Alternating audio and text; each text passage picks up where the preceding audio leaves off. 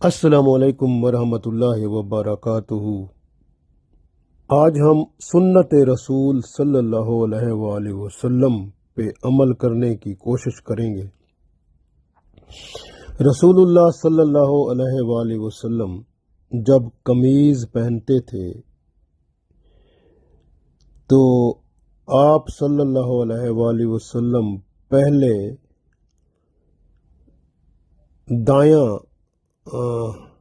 دایاں بازو اس میں ڈالتے تھے، پھر بایاں بازو، پھر اس کو گلے میں ڈالتے تھے۔ یعنی ہمیں قمیض پہننے کا طریقہ یہ ہے ہمارے لیے کہ پہلے ہم دایاں بازو ڈالیں قمیض میں، پھر بایاں بازو ڈالیں، پھر اس کو پہن لیں۔ اسی طرح جب ہم قمیض کو یا بنیان کو یا کوئی اور کپڑا جو پہننے والا ہوتا ہے گلے میں سے، تو پہلے اس کی ہم دایاں بازو اس میں ڈالیں گے، پھر بایاں بازو ڈالیں گے، پھر اس کو پہن لیں گے۔ اسی طرح سے جو اتارنے کا طریقہ ہوگا وہ اس کے الٹ ہوگا۔ پہلے بایاں بازو اتاریں گے، اس کے بعد دایاں بازو اتاریں گے، تو اس طرح قمیض کو پھر اتار لیں گے۔ اسی طرح سے جب ہم کوئی شلوار پہنتے ہیں، ٹراؤزر پہنتے ہیں، تو ہمیں سب سے پہلے ہماری جو دائیں طرف کی ٹانگ ہے اس کا پاؤں پہلے اندر ڈالنا ہوگا، پھر اس کے بعد بائیں ٹانگ کا پاؤں اندر ڈالیں گے، پھر پوری ٹانگ ڈال کے تو اس کو انشاءاللہ پہن لیں گے۔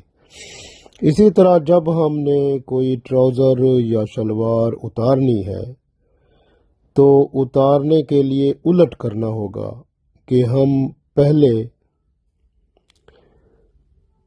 بایاں حصہ یعنی جو ہماری ٹانگ بائیں طرف ہے اس کو شلوار میں سے یا ٹراؤزر میں سے نکالیں گے، اور اسی طرح سے پھر دائیں حصے کی جو ٹانگ ہے تو اس کو نکالیں گے۔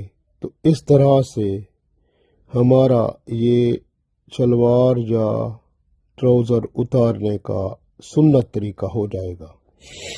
اسی طرح جب ہم کوئی جوتا پہنتے ہیں تو سب سے پہلے ہم اس پہنتے وقت دایاں پاؤں اس میں ڈالیں گے، پھر اس میں بایاں پاؤں ڈالیں گے جوتے میں۔ تو اس کا مطلب ہے کہ پہلے ہم دائیں پاؤں میں جوتا پہنیں گے، پھر بائیں میں، اور جب اتارنا ہوگا تو اس کے الٹ کرنا ہوگا کہ پہلے ہم نے بائیں پاؤں کو جوتے میں سے نکالنا ہے اور پھر دائیں پاؤں کو نکالیں گے۔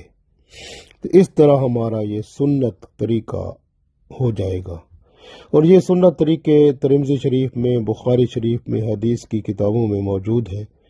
تو ہمیں اس پر عمل کرنا چاہیے، کیونکہ جب ہم سنت طریقے پر عمل کرتے ہیں، وہ کپڑے جو ہم پہنتے ہیں یا جوتے جو پہنتے ہیں، ہر چیز اللہ کی تعریف کرتی ہے۔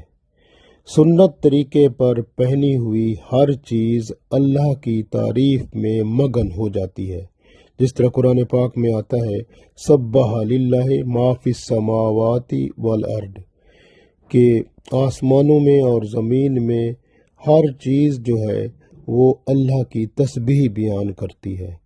تو ہمارے جو کپڑے ہیں، جوتے ہیں، ہمارے جسم کے ساتھ جو بھی ہم نے پہنا ہوا ہے، ہر چیز اللہ کے ذکر میں ہوتی ہے۔ اگر وہ سنت طریقے سے پہنی جائے گی تو وہ اللہ کے ذکر میں ہوگی، اور اس کا فائدہ یہ ہوگا کہ نماز کے وقت ہمیں نماز پڑھنے کی توفیق بھی ہو جائے گی اور نیک کام کرنے کی توفیق بھی ہوگی۔ اور اس طرح سے اگر کوئی اس کے الٹ کرتا ہے سنت کے، تو پھر وہ شیطان کی طرف اس کا خیال جائے گا اور وہ شیطانی کام، برے کام اس سے ہو سکیں گے۔ سنت طریقے پر عمل کرنے کا سب سے بڑا فائدہ یہی ہوتا ہے کہ وہ کام جو سنت کے ذریعے سے کیا جاتا ہے اس کی برکت سے بندہ برائی سے بچ جاتا ہے، گناہوں سے بچ جاتا ہے، اور اللہ اور اس کے رسول صلی اللہ علیہ وسلم کا فرما بردار بن جاتا ہے۔ اللہ تعالی ہمیں توفیق دے کہ ہم اللہ اور اس کے رسول صلی اللہ علیہ وسلم کے فرما بردار بن کر رہیں اور فرما برداری میں ہی اس دنیا سے رخصت ہوں۔ آمین۔